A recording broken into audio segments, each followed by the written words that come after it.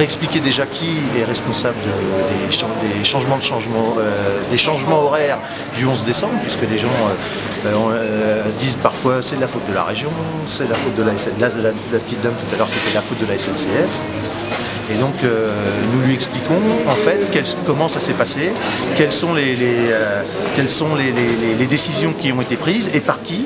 En l'occurrence, elles ont été prises par le gouvernement français et notamment Nathalie Kosciusko-Morizet qui a décidé que cette année, au 11 décembre, on cadencerait la plupart des régions françaises. La Bretagne et les Pays de la Loire en sont exclus aujourd'hui parce qu'elles ont eu une position qui consistait à dire on va passer avec la LGV Ouest à partir de 2017 à un nouveau grand chambardement horaire. On n'allait pas en faire 2 en 4 ans, ce qui paraissait logique. Donc on a été exclu du cadencement, mais à partir du moment où les régions limitrophes, type Poitou-Charentes, type Centre, etc., sont déjà passent au cadencement à marche forcée dès cette année, évidemment, nous on est impacté à 75% sur notre réseau.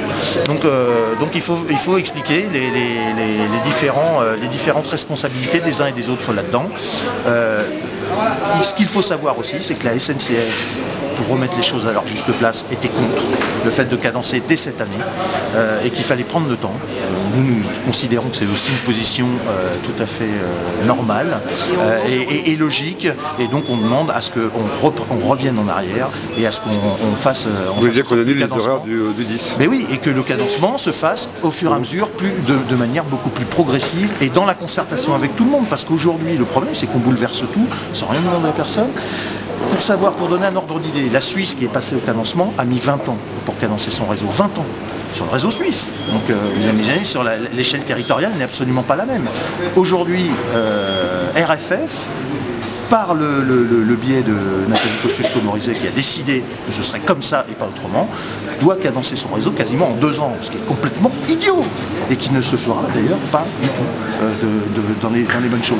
Et quand on dit aujourd'hui que la région des Pays de la Loire, si elle avait cadencé avec les autres, aurait moins de problèmes, ça ce serait vrai si ce n'était pas le grand bazar dans les autres régions qui aujourd'hui sont passées au cadencement. Or, c'est le bazar partout. Et la preuve en est que le gouvernement vient de nommer Nicole Notat comme médiateur pour régler tous les problèmes qu'il y a.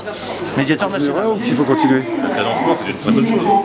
Tous les pays européens l'ont fait, donc à mon avis, c'est une très bonne chose. Par contre, aujourd'hui, il faut adapter les transports régionaux à ce cadencement, et je pense qu'il y a beaucoup de calage à refaire. Si la SNCF et si RFF peuvent nous entendre, je pense que dans quelques mois, les problèmes sont résolus. Il restera sans doute quelques lignes à la marge, mais le cadencement, il faut le poursuivre, c'est tout. Mais la région demande un moratoire, une suspension. Vous pensez qu'ils ont raison ?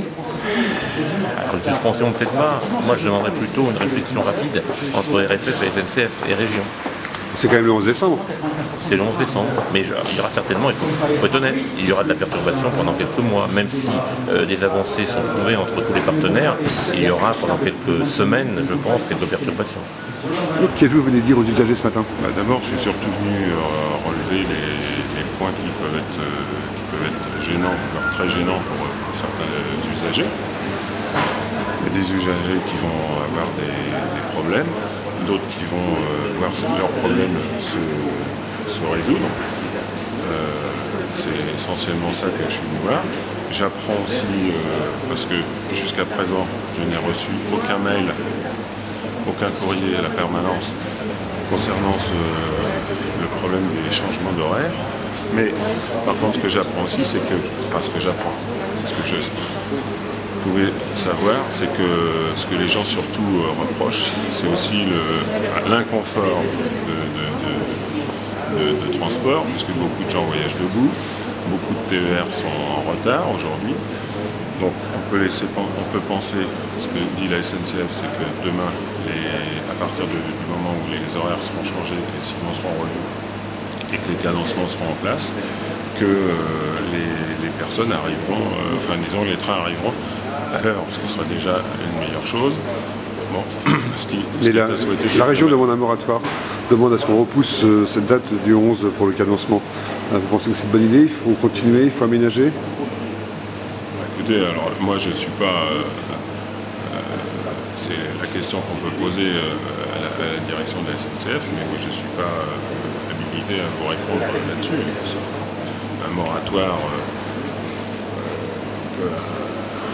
attendre, on peut aussi changer les horaires, régler les problèmes, voir régler les problèmes, et sinon changer les horaires, enfin attendre, on peut attendre sans doute un certain temps pour que tout le monde soit satisfait, parce que je ne pense pas que malheureusement tout le monde arrivera à être satisfait. Alors il y a des cas, il faut voir par rapport aux gens qui travaillent tous les jours, bon, ce qui est en cascade sur tout le réseau ferroviaire. Oui. Merci.